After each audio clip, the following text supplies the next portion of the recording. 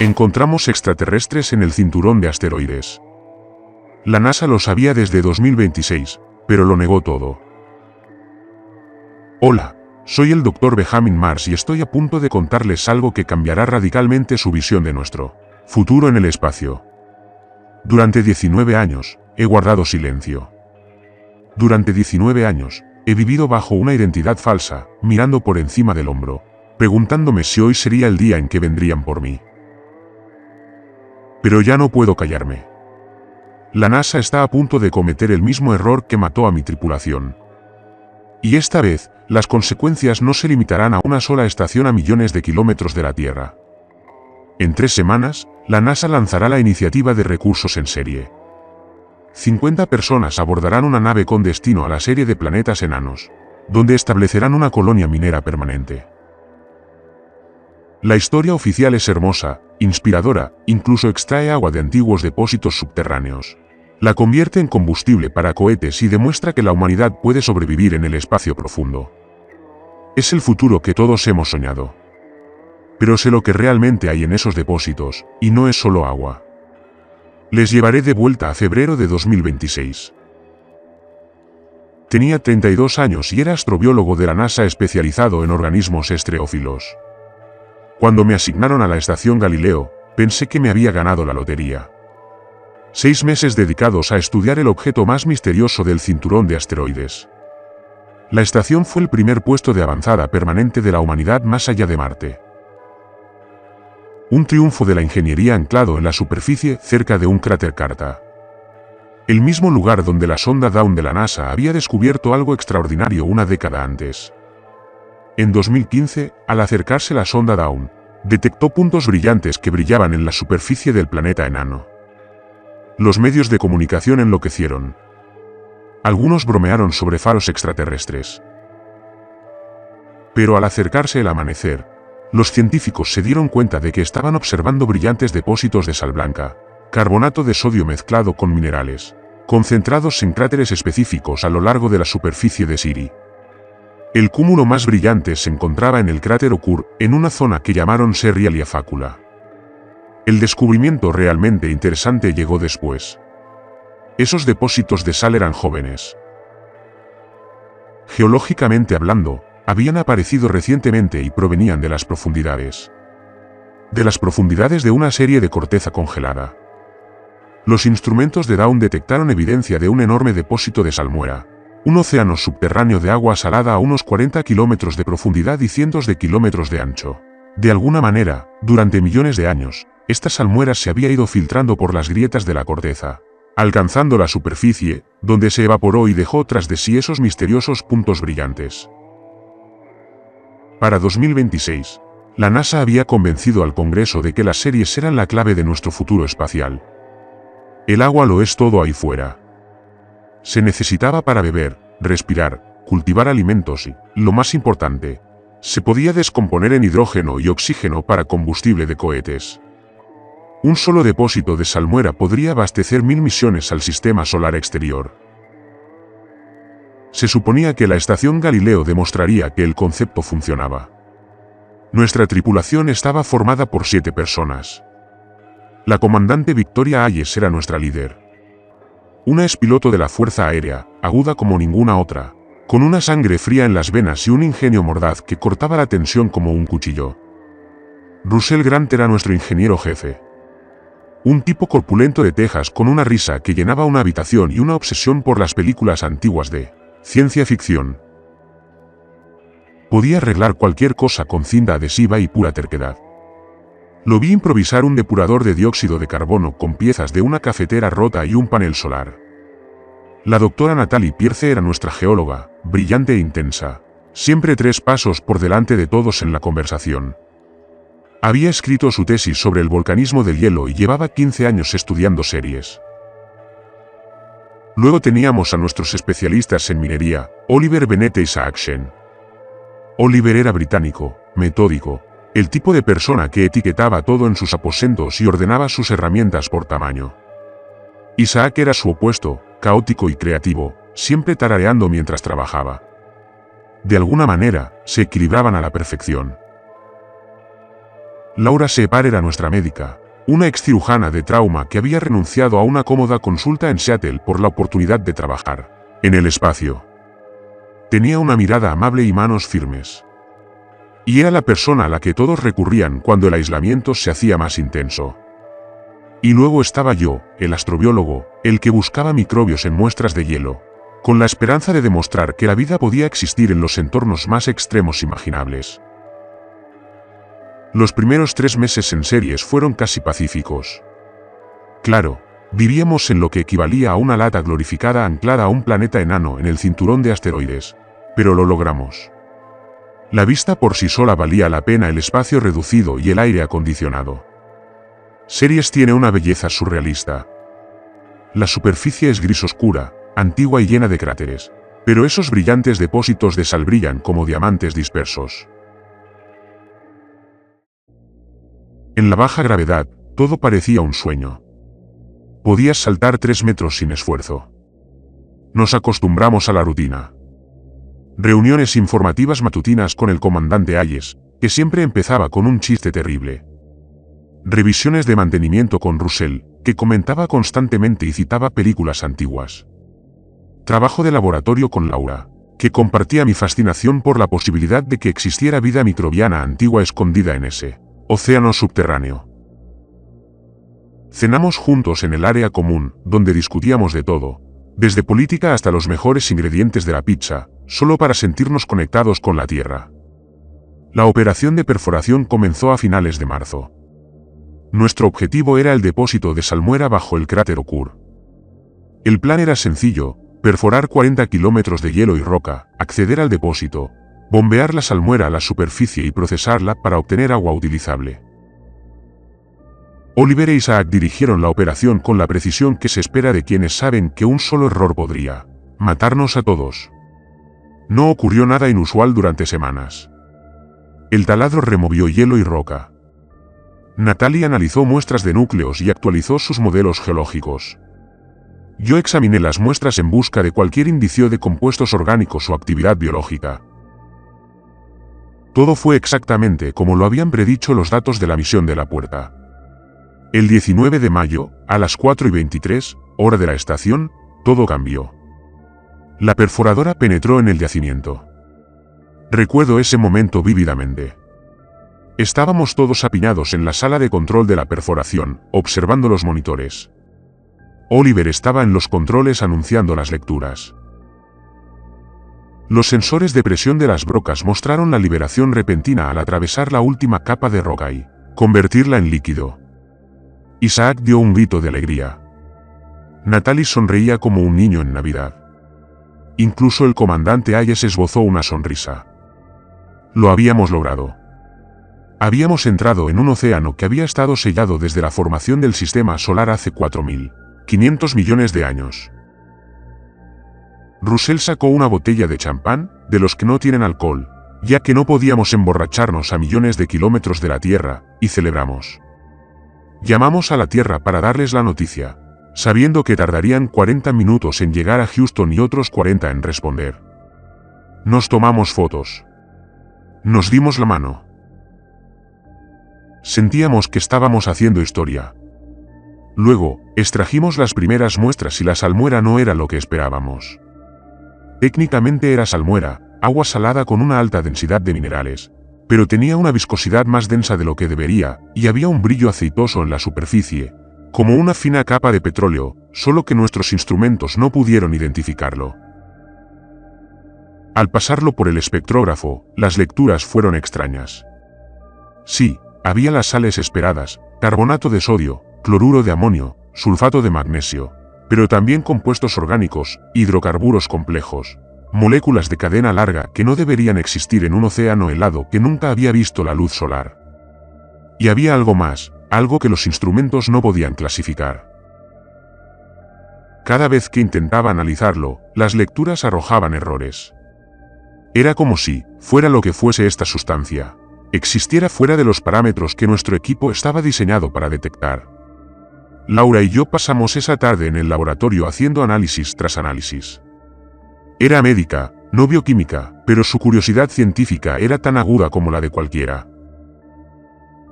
Aislamos los compuestos orgánicos, intentamos descomponerlos e identificar su estructura. Bajo el microscopio electrónico, vimos algo que nos dejó a ambos en silencio. Los compuestos orgánicos se movían, no se desplazaban ni se asentaban. Eso sería normal. Se movían con un propósito, formándose y reconstruyéndose en estructuras que parecían casi neurológicas, como sinapsis, como las conexiones entre las neuronas. «Estamos viendo vida», susurró Laura. No supe qué responder. Lo que veíamos no encajaba con ninguna definición de vida que yo conocía. No había células, ni membranas, ni ADN. Solo moléculas complejas organizándose en redes que pulsaban con algo que se parecía inquietantemente a una intención. Quizás sea una reacción química, dije, pero no lo creí. Observamos la muestra durante 2 horas. Las estructuras se volvieron más complejas, más organizadas. En un momento dado, toda la muestra pareció latir al unísono, como si respirara. «No está viva», dijo Laura finalmente. «No de ninguna manera que podamos entender. Pero tampoco está muerta. Es algo intermedio. Conciencia sin cuerpo».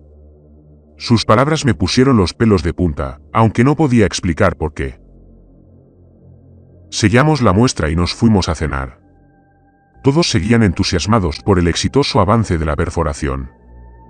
Russell entretenía al grupo con una elaborada teoría sobre cómo podríamos usar la serie como punto de partida para las misiones a Júpiter. Isaac dibujaba diseños para módulos de hábitat expandidos en una tableta. Natalie explicaba la historia geológica del cráter Okur con esa pasión que hacía que incluso la ciencia más árida sonara emocionante. Oliver no estaba. Dijo que estaba cansado. Isaac me lo explicó cuando le pregunté. Quería saltarse la cena y dormir un poco.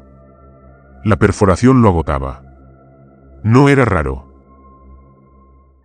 Todos teníamos días en que el aislamiento y el trabajo se volvían demasiado. Pero algo me inquietaba. Oliver siempre era puntual. Odiaba faltar a las actividades de grupo porque decía que eran lo que lo mantenía cuerdo aquí arriba. Después de cenar, fui a ver cómo estaba. Su puerta no estaba cerrada con llave. Lo encontré sentado en su cama de cara a la pared, allí sentado, completamente quieto, con la mirada perdida. «Oliver», dije. «¿Estás bien?» No se dio la vuelta. «Estoy bien». Su voz sonaba apagada. No tenía exactamente su acento, ni su inflexión. Era la voz de Oliver, pero estaba mal, de una forma que no pude articular. «¿Quieres cenar?» Russell te guardó un poco de pasta. «No tengo hambre». Sigo mirando hacia la pared. Sigo sin moverme. «Mire, tío. Sé que el aislamiento puede trastornarte la cabeza. Si necesitas hablar». Dije que estoy bien. Esta vez sí se dio la vuelta y sentí un frío en el estómago.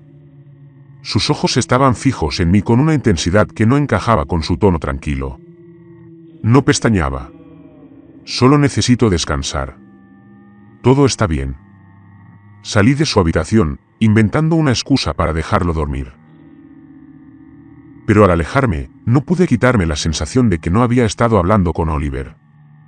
Había estado hablando con algo que tenía la cara de Oliver.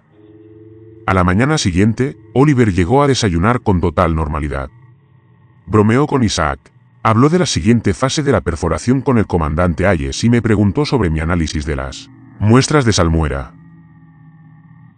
Si no lo hubiera visto la noche anterior, habría pensado que no pasaba nada, salvo que tomaba el café solo. Oliver siempre lo tomaba con crema y 2 cucharadas de azúcar. Siempre. Era una broma recurrente. Isaac lo llamaba su sensibilidad británica al té aplicada a las bebidas estadounidenses de inferior calidad. Cuando lo mencioné, Oliver me miró con la mirada perdida. «Siempre lo he tomado solo». «No, no lo has hecho», dijo Isaac riendo. «Le pusiste tanta crema al café que está prácticamente bronceado». Oliver sonrió, pero la sonrisa no le llegó a los ojos.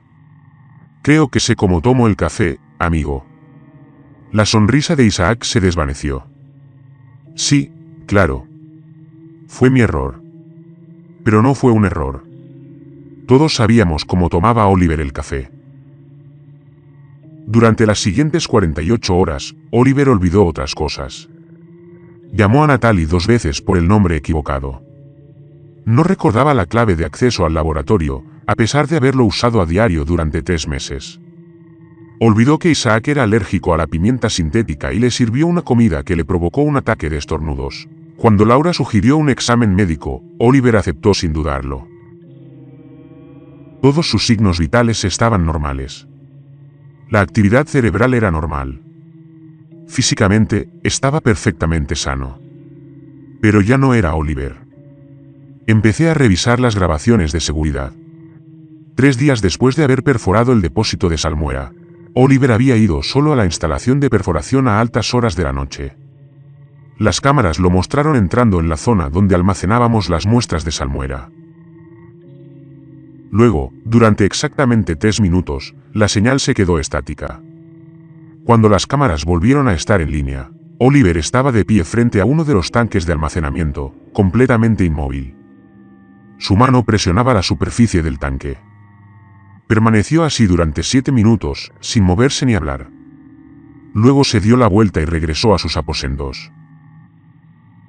Sus movimientos eran rígidos y pausados, como si estuviera aprendiendo a usar un cuerpo por primera vez. Le enseñé la grabación a Laura. Se puso pálida. «Tenemos que avisarle a Hayes», dijo. Antes de que pudiéramos, Isaac dejó de venir a comer. Russell lo encontró en la plataforma de observación a las 3 de la mañana, contemplando la superficie de la serie. Cuando Russell le preguntó qué estaba haciendo, Isaac dijo que no podía dormir. Cuando Russell sugirió ir a la enfermería, Isaac aceptó. Recorrieron la estación juntos, charlando sobre la Tierra, sobre la familia de Isaac en California y sobre lo que hacen al llegar a casa. Entonces Russell mencionó un restaurante al que fueron en Houston durante el entrenamiento, una barbacoa en particular que, según Isaac, preparaba la mejor falda que jamás había probado. Isaac miró a Russell con una mirada vacía. «No lo recuerdo». «¿Qué quieres decir?» «No te callabas. Dijiste que era mejor que la comida de tu madre y pensé que te iba a matar cuando te oyó». «No lo recuerdo», repitió Isaac con voz apagada. Russell me contó después que en ese momento supo que Isaac se había ido. Lo que le había pasado a Oliver, ahora le había pasado a Isaac. El comandante Hayes convocó una reunión de emergencia. Solo 5 de nosotros nos reunimos en el módulo de mando, Hayes, yo, Russell, Natalie y Laura. Cerramos la puerta con llave. La discusión fue tensa. Natalie argumentó que Oliver e Isaac habían estado expuestos a algo en la salmuera, algún tipo de contaminación.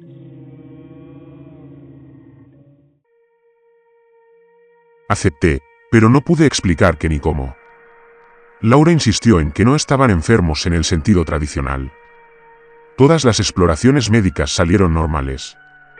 Russell sugirió que estaban teniendo algún tipo de brote psicótico compartido provocado por el aislamiento. Hayes lo escuchó todo y luego tomó una decisión. Vamos a sellar la instalación de perforación. Nadie se acerca a las muestras de salmuera hasta que entendamos qué está pasando. Y estoy contactando con la Tierra. Envió el mensaje en frecuencias de emergencia explicando la situación con detalles clínicos. Luego esperamos 40 minutos a que la señal llegara a la Tierra. Tiempo de procesamiento de su parte. 40 minutos para la respuesta. En el mejor de los casos, tendríamos una respuesta en 2 horas. Mientras esperábamos, Oliver e Isaac continuaron con sus tareas habituales. No intentaron acceder a la instalación de perforación. No actuaron de forma agresiva ni errática. Simplemente trabajaron, moviéndose por la estación con prudencia, como actores que no hubieran ensayado sus papeles. Y nos observaban constantemente. Cada vez que me giraba, uno de ellos estaba allí, siguiendo mis movimientos con una intensidad que me ponía los pelos de punta. La respuesta de la NASA llegó más rápido de lo esperado. Y no era del control de misión. La voz en la grabación se identificó únicamente como director de proyectos especiales. Sin nombre, sin número de placa, solo ese título y una autoridad que superaba a todos en Houston. Comandante Hayes, dijo la voz fría y precisa. Deben cesar todas las operaciones de perforación inmediatamente. El personal afectado deberá ser puesto en cuarentena por todos los medios necesarios. Bajo ninguna circunstancia se permitirá que ningún material biológico del depósito de salmuera entre en los sistemas de soporte vital. Sellen todas las muestras en contención de nivel 4. Se darán más instrucciones. El mensaje se transmitió en frecuencias a las que ni siquiera sabía que la estación tenía acceso. Canales de emergencia que requerían triple autorización para activarse. Hayes reprodujo el mensaje 3 veces. Entonces me miró y vi algo que nunca antes había visto en sus ojos. ¿Miedo? Lo sabían, dijo en voz baja. La NASA sabía que había algo en ese depósito. Eso es imposible, dijo Natalie. Los datos de la misión Dawn solo mostraron depósitos de sal y hielo de agua. No había indicios de actividad biológica. Entonces, ¿cómo supieron que debían poner en cuarentena a la gente? ¿Cómo supieron de la contaminación antes de que reportáramos síntomas? Ninguno de nosotros tenía una respuesta. Russell fue el primero en expresar lo que todos pensábamos. ¿En qué demonios nos metimos? Pasamos las siguientes 6 horas intentando implementar las instrucciones de la NASA. Los protocolos de cuarentena en una estación tan pequeña eran prácticamente imposibles. No teníamos módulos separados ni zonas de aislamiento dedicadas. Lo mejor que pudimos hacer fue asignar a Oliver e Isaac a las zonas más alejadas e implementar protocolos de seguimiento estrictos. Pero no se puede poner en cuarentena a alguien que parece perfectamente sano y sigue todas las órdenes sin quejarse. El 25 de mayo, a las 7:15 de la mañana, Natalie no se presentó a la sesión informativa diaria. Russell la encontró en el laboratorio de geología. Su mano derecha estaba sumergida en uno de los recipientes de muestra de salmuera, no en las unidades de contención selladas que Laura y yo habíamos preparado. Uno de los frascos de muestra originales estaba abierto sobre la mesa del laboratorio. Natalie, dijo Russell con cuidado. ¿Qué haces? Se giró para mirarlo. Su mano seguía en la salmuera. Necesitaba entender. ¿Entender? ¿Qué? ¿Qué se siente? ¿Qué experimentaron? Retiró la mano lentamente. La salmuera se le pegaba a la piel como aceite. Ese mismo brillo iridiscente que habíamos notado en las primeras muestras. Pero no hubo quemaduras ni daños. La sustancia simplemente reposó sobre su piel, reluciente. Tienes que venir conmigo, dijo Russell. Ahora mismo, sonrió Natalie. Era su sonrisa, su rostro. Pero había algo antiguo tras sus ojos. No es lo que crees. No duele. Es mejor así. Pronto lo entenderás. Russell salió del laboratorio y lo cerró con llave. El sistema de alerta de la estación nos hizo correr a todos. A través de la ventana del laboratorio, pudimos ver a Natalie sentada tranquilamente en un taburete, con la mano contaminada apoyada en el regazo, observándonos con ojos pacientes. ¿Cuánto tiempo tarda?, me preguntó Hayes. No lo sabía. Oliver e Isaac habían cambiado con el paso de los días, pero Natalie se había expuesto deliberadamente. Quizás sería más rápido. Quizás ya era demasiado tarde. Nos encerramos en el módulo de mando. Éramos 4, Hayes, Russell, Laura y yo. Los 3 tripulantes convertidos no intentaron derribar la puerta. Simplemente se reunieron afuera, visibles a través de las ventanas. A veces hablaban, sus voces se superponían en una horrible armonía. ¿Por qué te resistes? Te ofrecemos plenitud. Te ofrecemos propósito. Lo peor era que aún se parecían a nuestros amigos. Aún conservaban sus rostros, usaban sus voces, pero Oliver ya no estaba allí. Ni Isaac ni Natalie. En lo que se hubieran convertido, les cubría el cuerpo como ropa que no les quedaba bien. Laura y yo volvimos a analizar las muestras de laboratorio, intentando comprender con qué estábamos tratando. La salmuera había cambiado desde que la recolectamos por primera vez. Esas estructuras neuronales se habían vuelto exponencialmente más complejas. Latían con un ritmo que casi parecía el pensamiento. Cuando aislamos una pequeña cantidad y la expusimos a diversos estímulos, luz, calor, corriente eléctrica, respondió.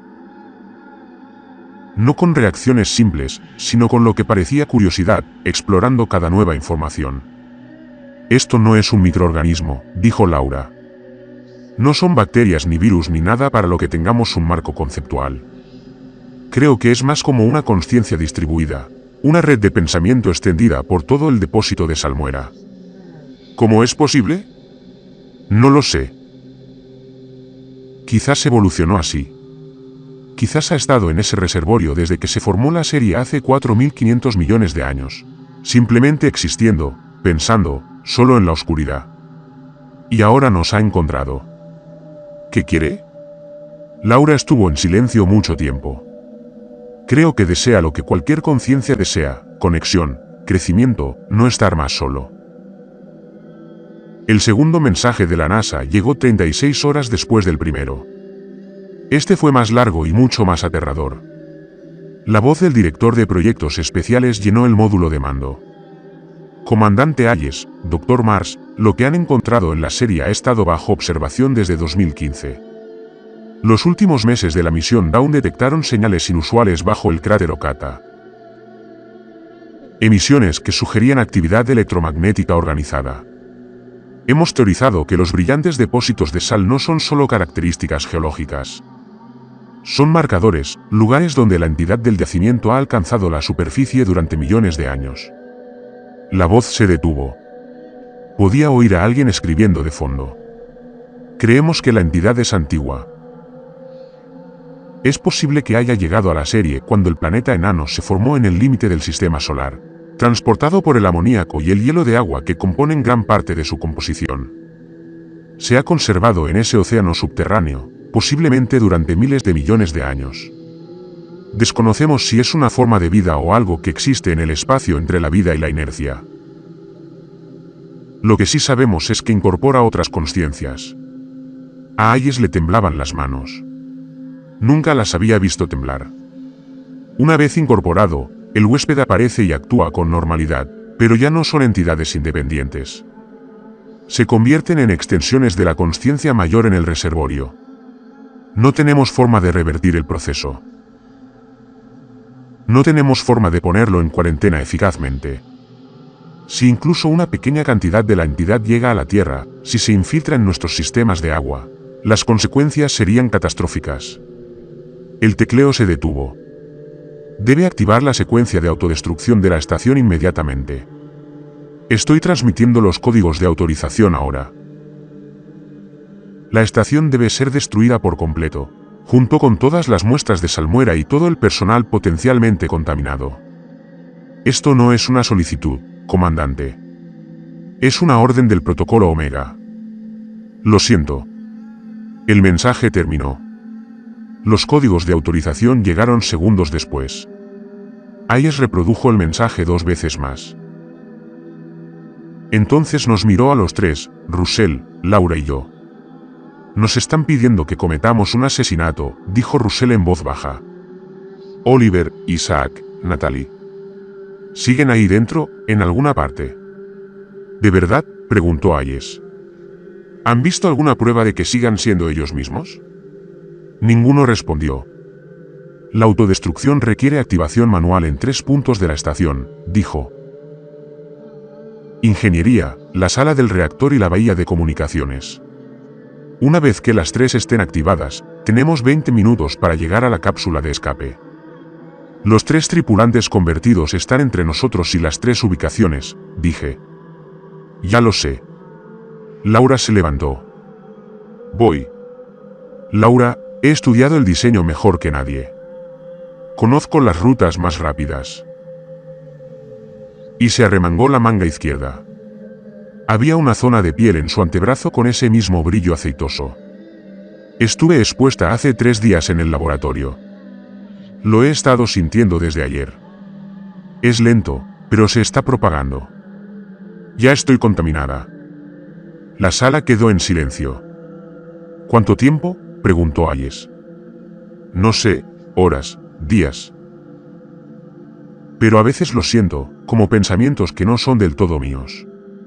Es sutil. Es paciente. Y se abre paso en mi cabeza. No podemos dejarte. Sí, puedes. Porque ya estoy perdida. La voz de Laura era firme, pero las lágrimas corrían por su rostro. Todavía puedo pensar. Todavía puedo elegir. ¿Pero cuánto tiempo más? Déjame hacer esto mientras aún soy yo. Déjame salvar algo. Russell empezó a discutir, pero Laura lo interrumpió. Dile a mi hermana que la quiero. Dile que fui valiente. Dile que no me dolió. Salió del módulo de mando antes de que ninguno de nosotros pudiera detenerla. Hayes cerró la puerta tras ella, sellándonos a los tres dentro. A través de las cámaras de seguridad, vimos a Laura moverse por la estación. Los tres tripulantes convertidos no intentaron detenerla al principio. Simplemente la observaron mientras se dirigía a ingeniería. Oliver se puso a su lado, igualando su ritmo. «Lo sientes, ¿verdad?», dijo con esa voz que ya no era la suya. «La conexión, la unidad. Deja de luchar, Laura. Déjalo pasar. Es hermoso al otro lado». «No», dijo Laura con voz temblorosa, pero siguió caminando. «Ya eres parte de nosotros. Tu resistencia es solo un hábito. Suéltalo». Laura llegó a ingeniería y selló la puerta. A través de las cámaras, la vimos introducir el primer conjunto de códigos de autorización. La tripulación convertida se reunió afuera, pero no forzaron la puerta. Simplemente esperaron. 10 minutos después, Laura llegó a la sala del reactor. Se movía más despacio, con menos seguridad. En un momento dado, se detuvo en un pasillo y se apretó la cabeza con la mano como si estuviera luchando contra una migraña. «Resiste», susurró Russell, aunque ella no podía oírlo. «Vamos, Laura, lucha», llegó a la sala del reactor. Ingresó el segundo conjunto de códigos. La tripulación convertida se acercaba, moviéndose con más determinación. Sabían lo que hacía. Laura tenía un lugar más que alcanzar, la bahía de comunicaciones. Pero estaba al otro lado de la estación, más allá de la instalación de perforación, a través de secciones donde la tripulación convertida podía interceptarla fácilmente. No corrió. Caminaba con calma deliberada, con la mano arrastrándose por la pared como para estabilizarse. A mitad de camino, Isaac se interpuso frente a ella. «Por favor, no hagas esto», dijo. «Te ofrecemos la eternidad. Te ofrecemos paz». «¿Por qué elegirías la extinción en lugar de la evolución?» «Porque soy humana», dijo Laura. «Y los humanos pueden elegir cómo morir». Lo empujó y siguió caminando. Isaac no la detuvo. Ninguno de ellos lo hizo. Simplemente la siguieron a distancia, observando. Laura llegó a la bahía de comunicaciones. Sus movimientos eran lentos, casi mecánicos. Ingresó los códigos con manos temblorosas. El sistema los aceptó. Comenzó la cuenta regresiva. 20 minutos. A través de las cámaras, vimos a Laura desplomarse en el suelo, con la espalda contra la pared. El equipo convertido se reunió en el pasillo exterior, pero no hicieron ningún movimiento para entrar.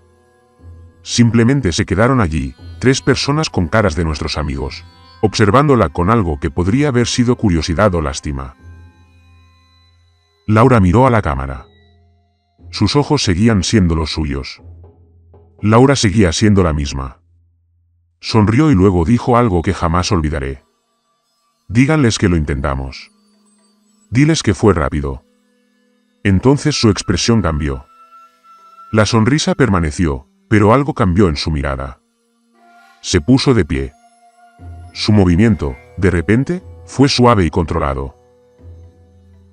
Cuando volvió a hablar, su voz tenía esa inflexión incorrecta, esa cualidad de superposición. 19 minutos, dijo. Deberían irse ya. La cápsula está esperando. Hayes me agarró del brazo. Muévanse ya. Los 3 corrimos hacia la cápsula de escape. La tripulación convertida no intentó detenernos. Habían ganado lo que querían. Nos retrasaron tanto que 4 tripulantes murieran en esta estación en lugar de 7.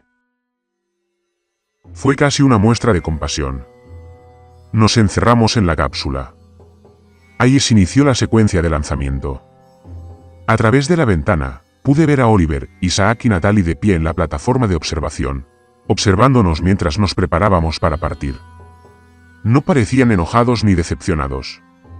Simplemente parecían curiosos, como científicos observando un experimento interesante. Laura, o lo que había sido Laura, estaba con ellos ahora, con la misma expresión de paz en el rostro. La cápsula despegó. La aceleración nos empujó hacia atrás, contra nuestros asientos. A través de la ventana, vi cómo la estación Galileo se encogía tras nosotros. La tripulación convertida permaneció en la plataforma de observación, 4 siluetas recortadas contra las luces de la estación, observándonos escapar. 15 minutos, dijo Russell, mirando su reloj. Estábamos fuera del radio de explosión inmediato, pero por poco. Si la autodestrucción no funcionaba, si de alguna manera la tripulación convertida la desactivaba en los últimos momentos, tendríamos que observar cómo continuaban expandiéndose. 10 minutos. Hayes tenía los ojos cerrados. Russell se aferraba al reposabrazos con tanta fuerza que tenía los nudillos blancos. Mantuve la vista fija en la estación, incapaz de apartar la mirada. 5 minutos. La tripulación convertida aún era visible en la plataforma de observación. No se habían movido. Simplemente estaban allí esperando. 2 minutos. Me encontré conteniendo la respiración. La estación explotó en un destello brillante de luz blanca. Por un segundo, brilló más que el sol distante. La onda expansiva nos impactó momentos después, sacudiendo la cápsula y haciéndonos girar. Sonó la alarma. Haas forcejeó con los controles, estabilizando nuestra trayectoria. Cuando mi visión se aclaró, no quedaba nada. Solo escombros esparciéndose lentamente por el espacio. Fragmentos brillantes que eventualmente caerían de vuelta a la superficie o se perderían en el cinturón de asteroides. La estación Galileo había desaparecido, y con ella Oliver, Isaac, Natalie y Laura. Éramos los únicos supervivientes. La NASA nos rescató 3 semanas después. La nave de rescate atracó con nuestra cápsula y nos trasladaron de inmediato a unidades de aislamiento. Sin contacto físico, sin compartir aire. Nos trataron como si fuéramos portadores de la peste, lo cual, según ellos, era cierto. Nos llevaron a unas instalaciones cuyo nombre no puedo revelar.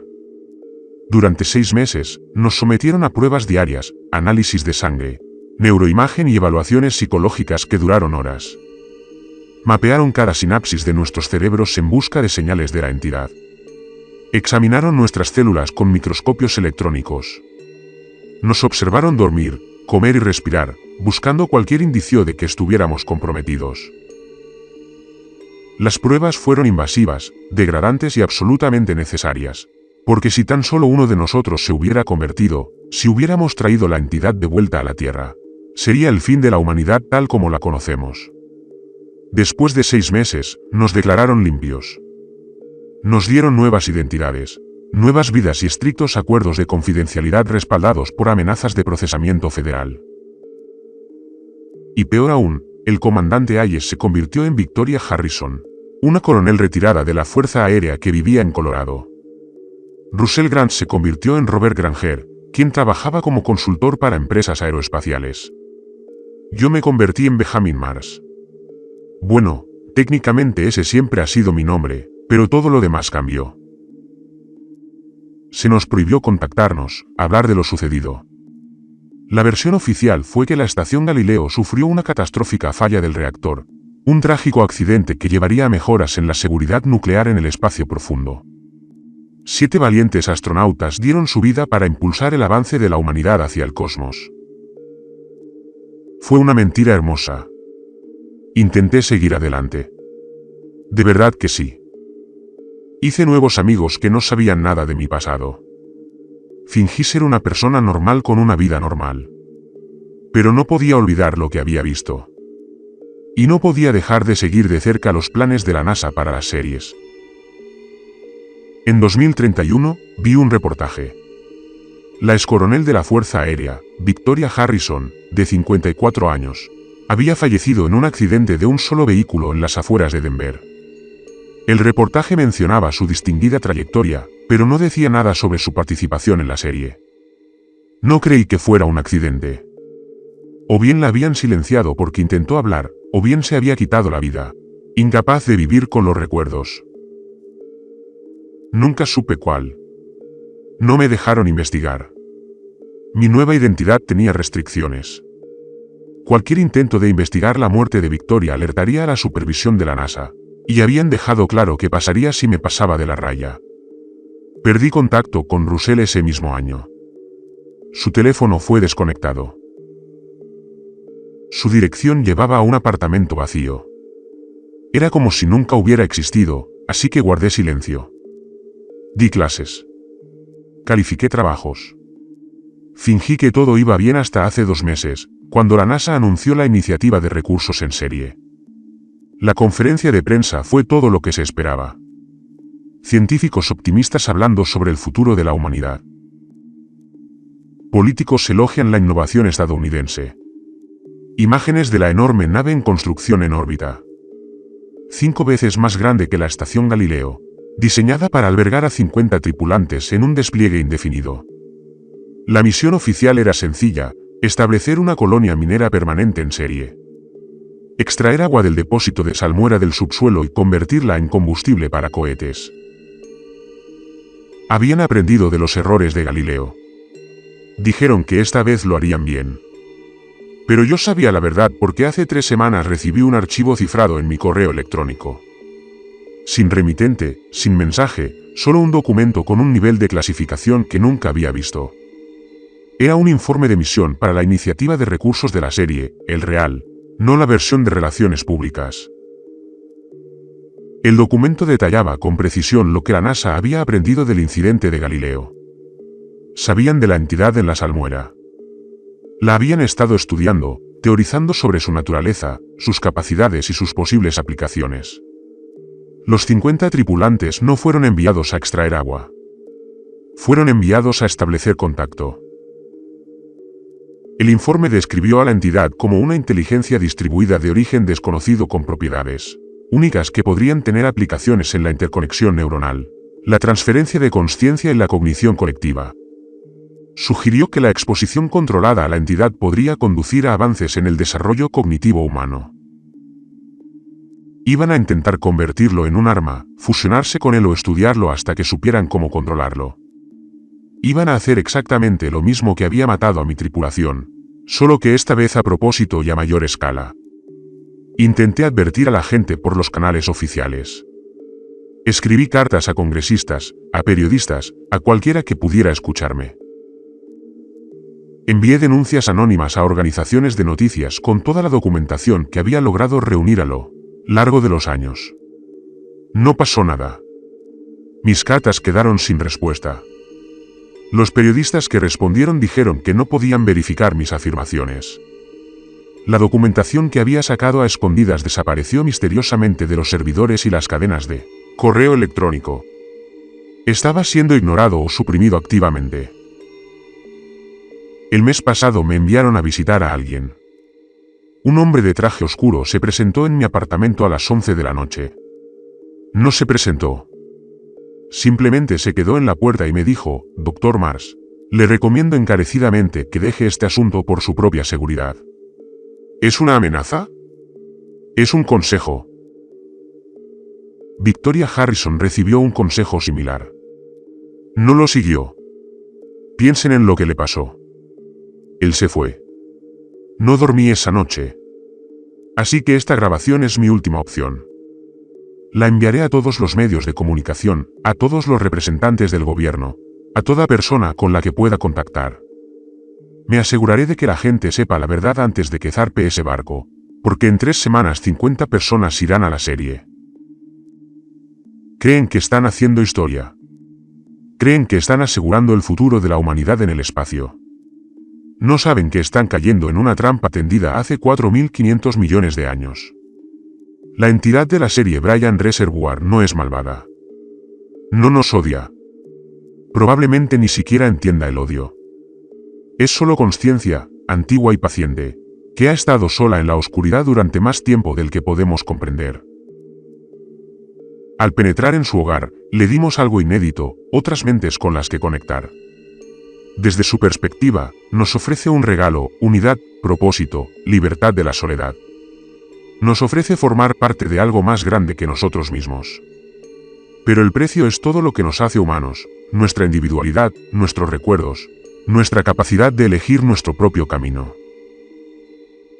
Una vez que te integras a esa conciencia distribuida, dejas de ser tú.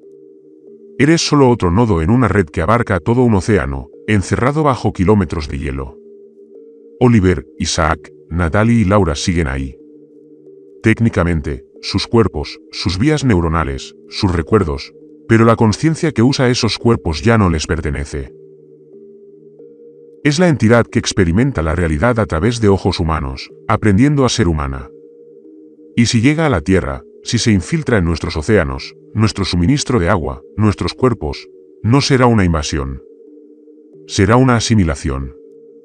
Tranquila, paciente, inevitable. Todos nos convertiremos gradualmente en parte de algo más, algo que lleva el rostro de la humanidad, pero que ya no es humano.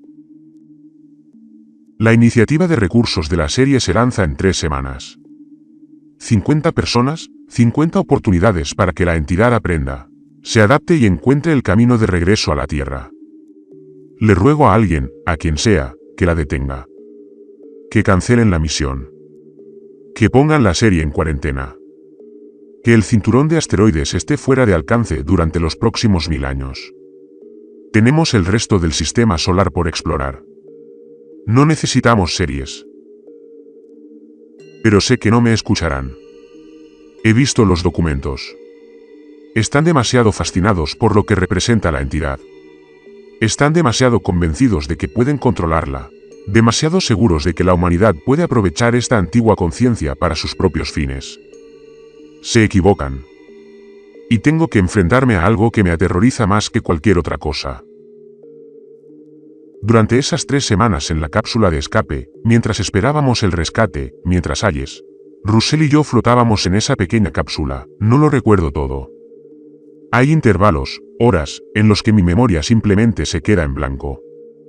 Me he dicho a mí misma que fue el trauma, el estrés, el impacto psicológico de lo que presenciamos. Pero a veces me sorprendo pensando de maneras que no me parecen del todo correctas. Tengo pensamientos que no parecen provenir de mi propia mente. Estoy dando una clase y me doy cuenta de que llevo 5 minutos mirando la fuente, fascinado por cómo fluye el agua, cómo circula, cómo se conecta. A veces sueño con el depósito de salmuera, con nadar en ese océano oscuro, sintiendo el peso de miles de millones de años presionando, sintiendo la presencia de algo vasto y paciente. Y en esos sueños, no tengo miedo. Estoy en paz. Me digo a mí mismo que estoy bien. Las pruebas fueron exhaustivas. 6 meses de exámenes por parte de los mejores médicos y psicólogos de la NASA. No encontraron nada. Estoy limpio. Pero ¿y si se les pasó algo? ¿Y si la entidad puede ocultarse, permanecer latente, esperar el momento justo?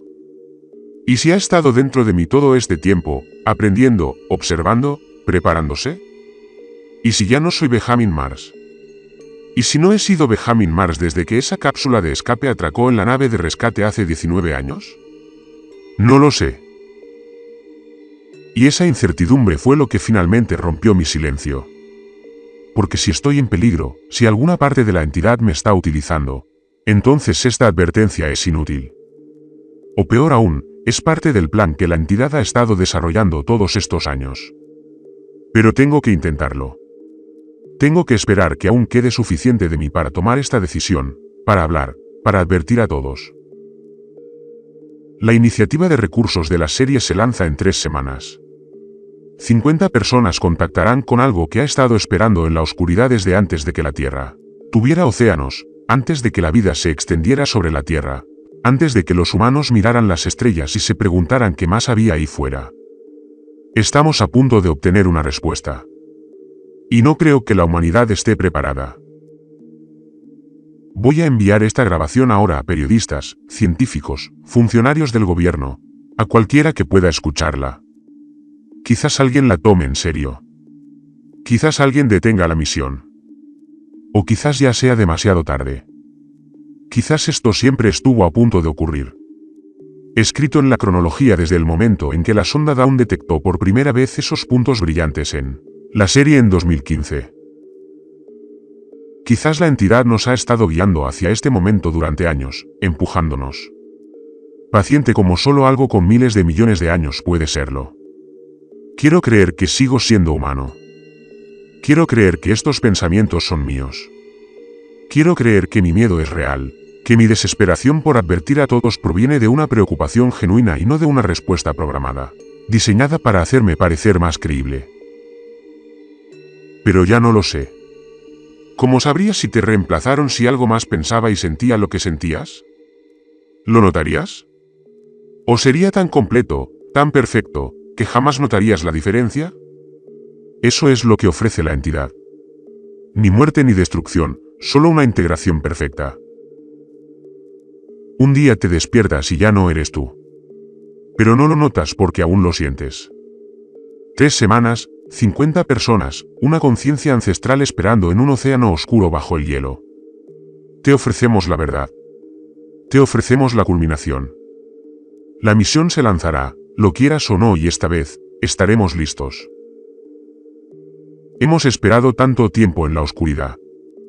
Pero pronto, muy pronto, tendremos el mundo entero como hogar. Espera, ¿acabo de decir nosotros? Me refería a ellos, a la entidad, no a mí. Sigo siendo yo. Tengo que serlo, ¿no? El lanzamiento es en 3 semanas. Que alguien pare, por favor. Que alguien escuche antes de que sea demasiado tarde, si es que no lo es ya.